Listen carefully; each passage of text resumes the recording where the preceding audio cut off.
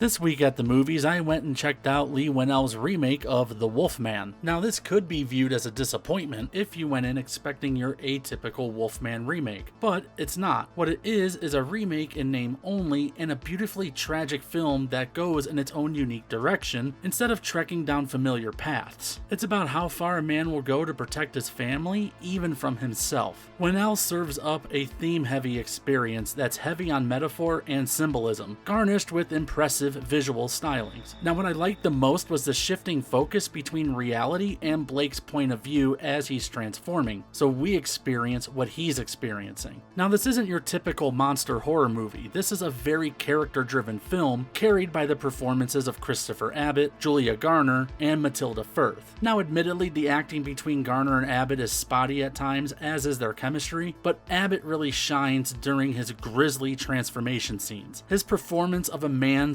slowly turning into an animal, but hopelessly trying to retain his humanity was very powerful. But the one who absolutely steals the show is little Matilda Firth. The scenes between her and Abbott are endearing and heartbreaking. Now, alright, elephant in the room, a lot is being made of the look of the Wolfman itself. Many of the criticisms I see of this movie center around that. And yes, it's different from what we are accustomed to. But one could argue that this is not a werewolf, as a werewolf can shift back and forth between a wolf and a human. This is a being that once you turn, that's it, you're done. You are a wolf man forever. I really liken it to David Cronenberg's The Fly, and there's a lot more similarities to that in this movie than just the look, but Cronenberg's remake was vastly different than the original, not only in story, but also in the creature design itself. Same difference here. Even though this movie has its fair share of haters and criticisms, I feel like this might be one of those misunderstood gems that people revisit and reappraise in a few years. Anyways, y'all, what were your thoughts and feelings on The Wolfman? Do you think I'm pretty much on point, or am I completely off base? And as always, like, comment, and subscribe.